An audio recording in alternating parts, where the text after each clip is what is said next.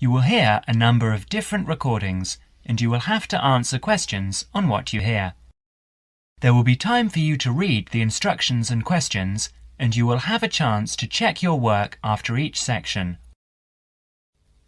Now turn to Section 1.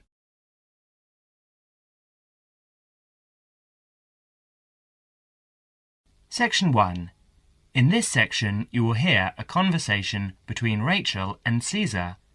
They are discussing a field trip for the following week. First, you will have some time to read questions 1 to 10.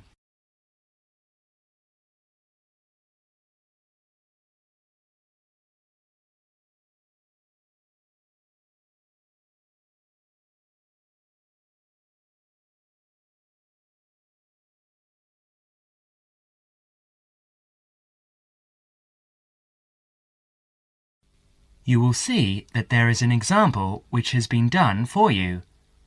On this occasion only, the conversation relating to this will be played first.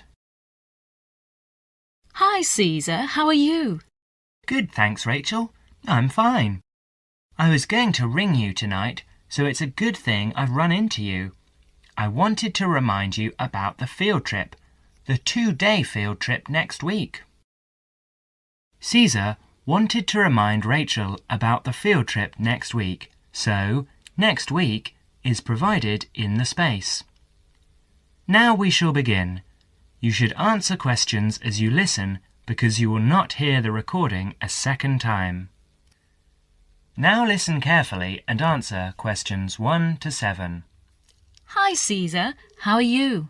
Good, thanks, Rachel. I'm fine. I was going to ring you tonight, so it's a good thing I've run into you. I wanted to remind you about the field trip, the 2-day field trip next week. What field trip?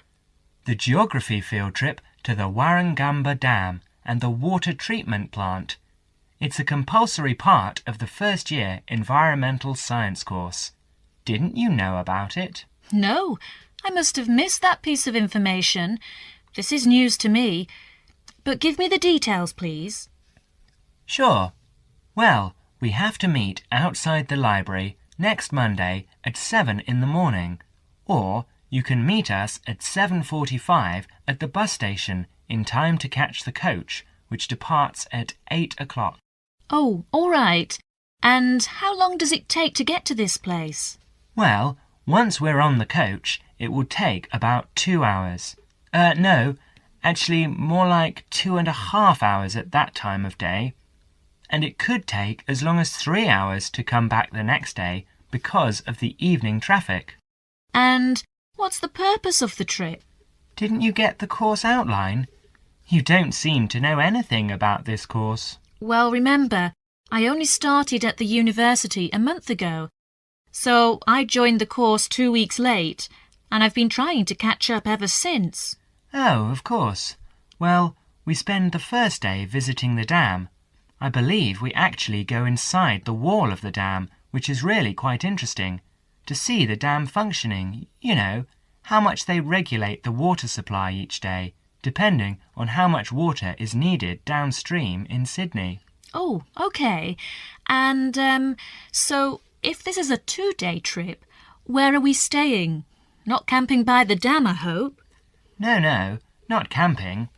They do actually have some overnight cabins near the dam for visiting groups, but we're spending the night in a youth hostel in a town nearby. That's all been arranged by the university. And what about meals? Should we take our own food along?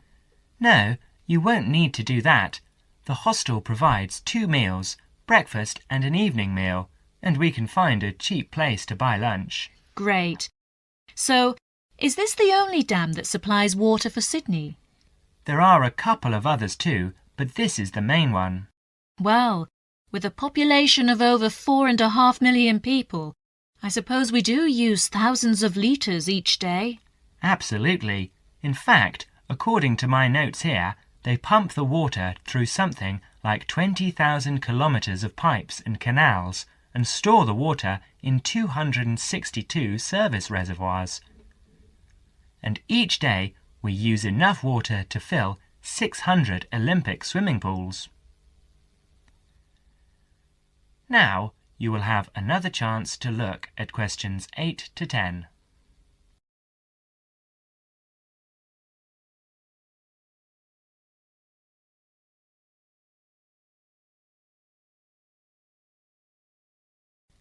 As the conversation continues, answer questions 8 to 10. And what's happening on the second day? Well, we're coming back to town and going to the water treatment plant to see how they purify the water for drinking. Oh, that should actually be quite interesting. I'll bring my camera. Yes, that's a good idea, because we're supposed to include original photos for the final piece of work at the end of the course.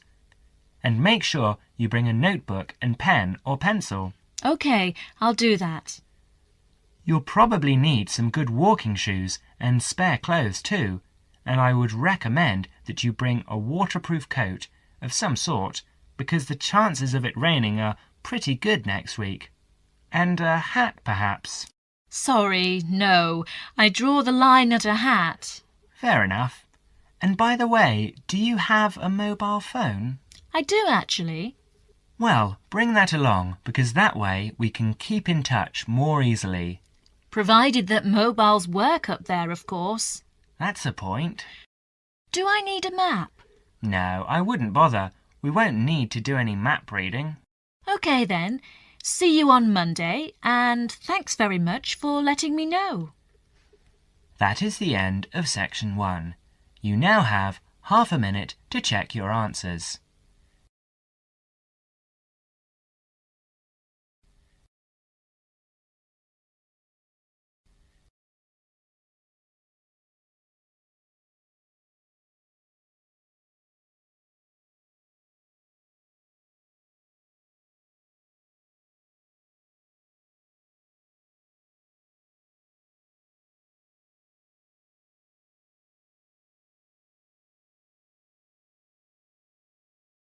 Now turn to section 2.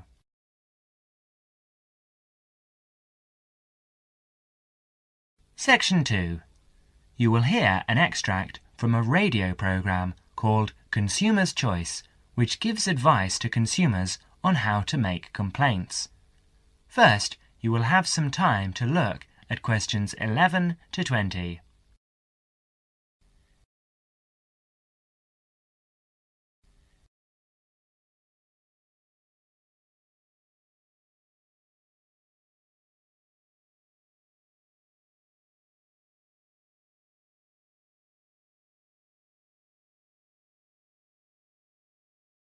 Now listen carefully and answer questions 11 to 15. Hello everyone! Welcome again to Consumer's Choice, which is the last in our present series. Isn't that right, Wendy? Yes, that's right. But we'll be back again after summer break with a new series. We'll tell you more about that later. But first, in today's programme, we start off with the missing photographs. We'll tell you a story of Miss Patty Ching, one of our listeners. We'll tell you how she has qualified for our Consumer of the Month award with her determination. Dennis? Thank you, Wendy. Well, Miss Patty Ching went on a holiday to Europe last month.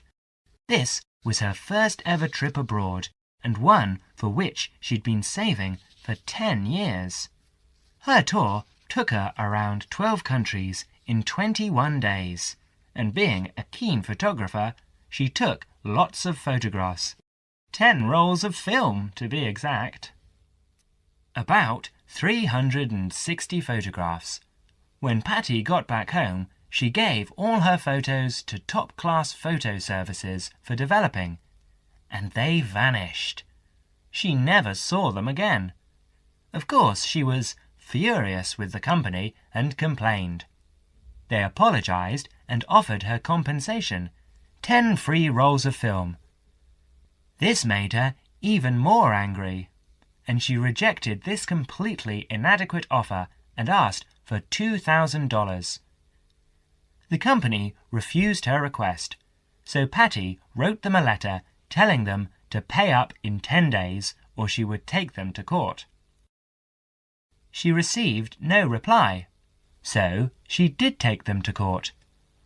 But 2 days before the case was due to be heard, she received a check for $2,000. Top class had obviously made their minds up on how the judge would decide. Patty's case provides a lesson to all of us. If we want our rights as consumers, we've got to fight for them. So for her determination and spirit, we name Patty our Consumer of the Month. Now you will have another chance to look at questions 16 to 20.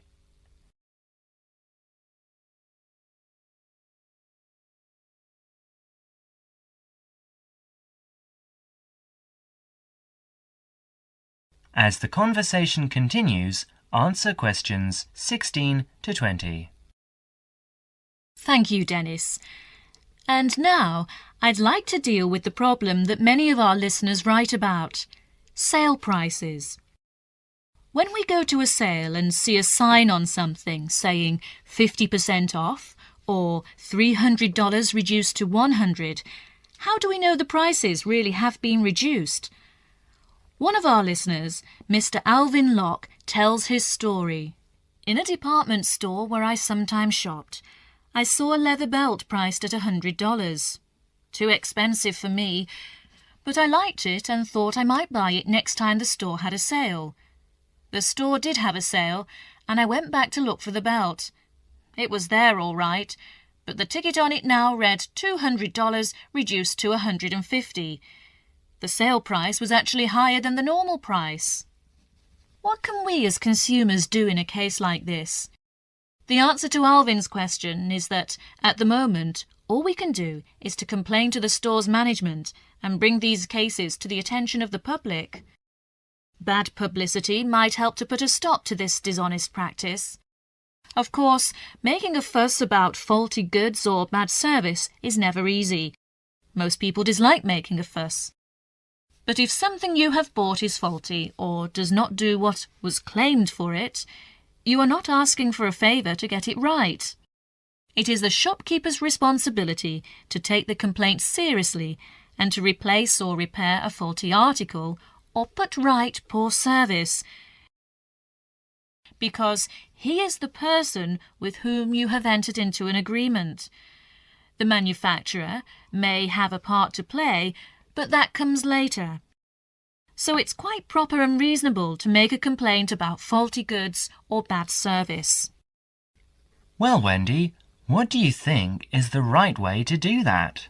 Well, the most important thing about making complaints, I think, is that they should be made to a responsible person in authority.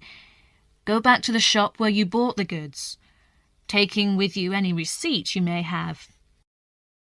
Ask to see the shop assistant in a large store. In a small store, the assistant may also be the owner, or you can complain directly. In a chain store, ask to see the manager.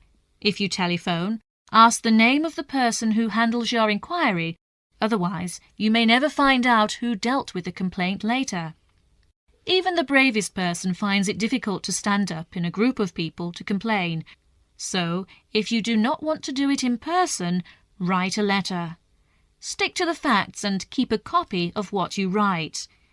At this stage, you should give any receipt numbers, but you should not need to give receipts or other papers to prove you bought the article. If you are not satisfied with the answer you get, or if you do not get a reply, write to the managing director of the firm, shop, or organisation. Be sure to keep copies of your own letters and any you receive.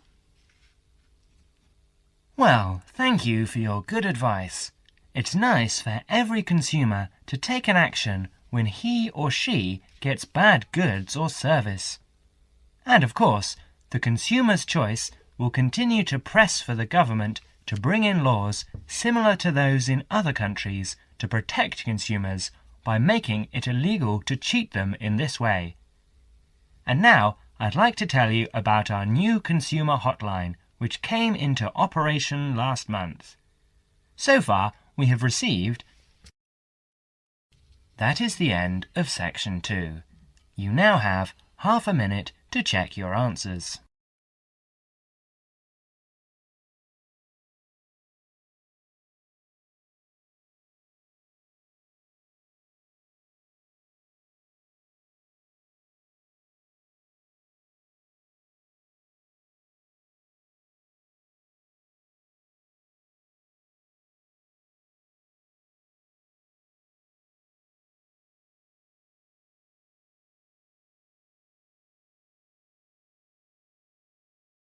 Now turn to Section 3.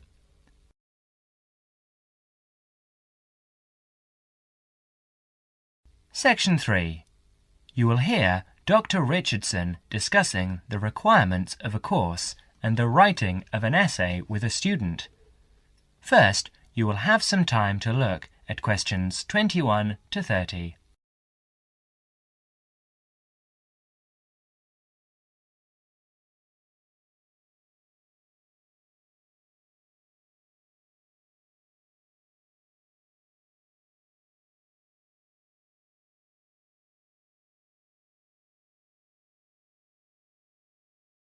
Now listen carefully and answer questions 21 to 28.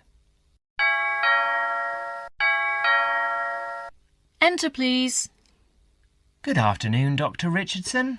Good afternoon. You're David Simons, is that right? Yes, I've got an appointment to talk about the course requirements with you. Fine. Now, why don't you take a seat over there and I'll just get some details from you.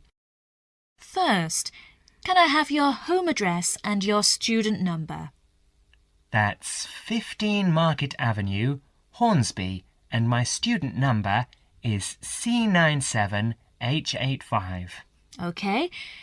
Now, I see here that you've already completed 18 credit points, but that you haven't done the Screen Studies course, which is normally a prerequisite for this course. Why is that, David? Oh, the course coordinator gave me an exemption because I've worked for a couple of years in the movie and television business, and they considered my practical experience fulfilled the same requirements. Fine. Shall we go over the course requirements first, and then you can bring up any queries or problems you might have. It might be most useful to start with a few dates. The final examination will be in the last week of June. That's the week of the 23rd. But the final date hasn't been set. It should be the 25th or the 20th, but you don't have to worry about that yet. Before that, as you can see in your study guide, there are 3 essay assignments and some set exercises. I'll deal with these first. These set exercises are concerned with defining concepts and key terms. They do have fixed answers, not in the wording, but in the content. To that extent, they're quite mechanical and provide an opportunity for you to do very well, as long as your answers are very specific and clear. Yes, I see there are about 20 terms here. How long should the answers be? You shouldn't exceed 250 words for each term. Right, that looks easy enough. And the third assignment seems fairly straightforward too. Just a journalistic type review of a recent development in television. It's not so different from what I've done in my work. Yes, it should be fairly easy for you, but don't exceed 1,000 words on that one. Essays 1 and 2 are the long ones. The first essay should be about 2,000 words, and the second 2,500 to 3,000, and the approach for both should be analytical. In the first one, your focus should be on TV and the audience, and you should primarily consider the theoretical issues, particularly in relation to trying to understand audience studies. In the second, I'll want you to focus on analysing television programmes. Should I concentrate on one particular type of programme for that? Not necessarily, but you must be careful not to overextend yourself here. A comparison between 2 programmes, or even between 2 channels is fine, or a focus on one type of programme such as a particular series works well here. So if I wanted to look at television news programmes, that would be okay? Yes, there would be no problem with that. In fact, it's quite a popular choice, and most students handle it very well. Good, I'll probably do that, because it's the area I want to work in later.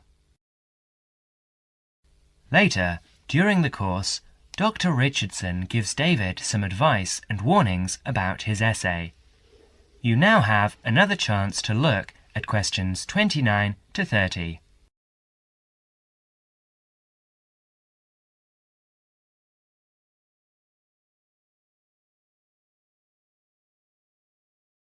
Now listen to the second conversation and answer questions 29 to 30.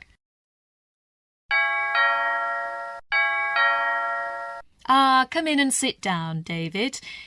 You wanted to talk to me about your second essay, is that right? Yes, Dr. Richardson. I just want your comments on what I'm planning to do. I'm doing the essay on the differences between TV news programmes at different hours of the day. How many time slots are you planning to consider? Well, I think I'd look at all of them. That'd be 5 slots: the breakfast news, the mid-morning news and the midday news. That's 3. Then there's the 6 o'clock news, then the 10 o'clock and midnight programmes. So that's 6, not 5. That's rather a lot. And you'd have a lot of different audiences to consider. Why don't you just do 2, say the mid-morning and then 6 o'clock? That should give you 2 fairly contrasting approaches with 2 main audience compositions. Oh, just 2 then? Yes, I think that'd be much better. Now, how many actual programmes do you plan to work with? I suppose you think analysing a whole week of news programmes would be too many. Well, that depends on how much of each programme. If you concentrate on one particular type of news item, say the sports news or local items, it might be all right. Yes, I can see that would be a good idea. I won't make a decision now before I collect a sample of programmes over a whole week. I'll look at them and see what items appear throughout the week. Yes, that's a sound approach. Now, we're getting close to the deadline. Can you finish it in time? Yes, I think so.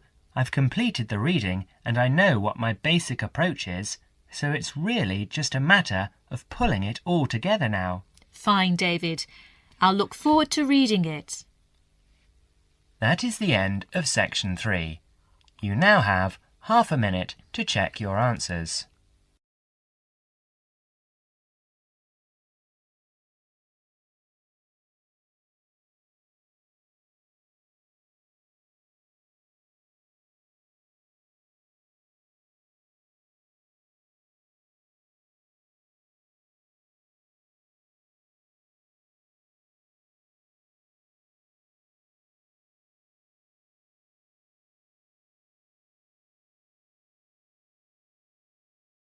Now turn to section 4.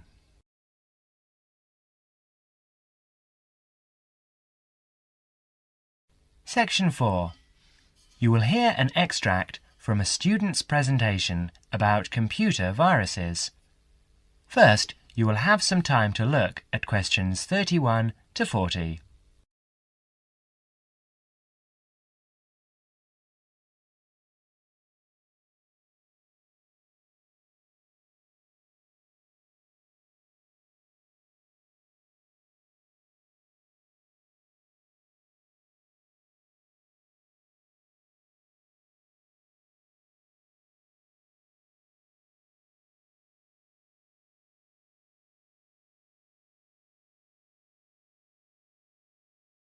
Now listen carefully and answer questions 31 to 40.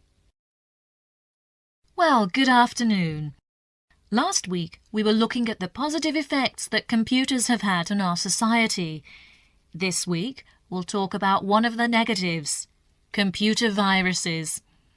In today's session, John Upton will be sharing some of the findings of his research project. So, over to you, John. Thanks. Mr. Yardley asked me to talk to you about the project I did from last term. Actually, it's really very rewarding to do this research project about computer viruses.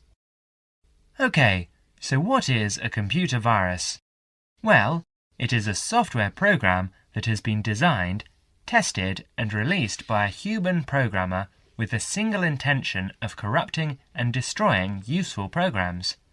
Put in simple terms, it's a way of causing lots of trouble for ordinary people just to be a nuisance.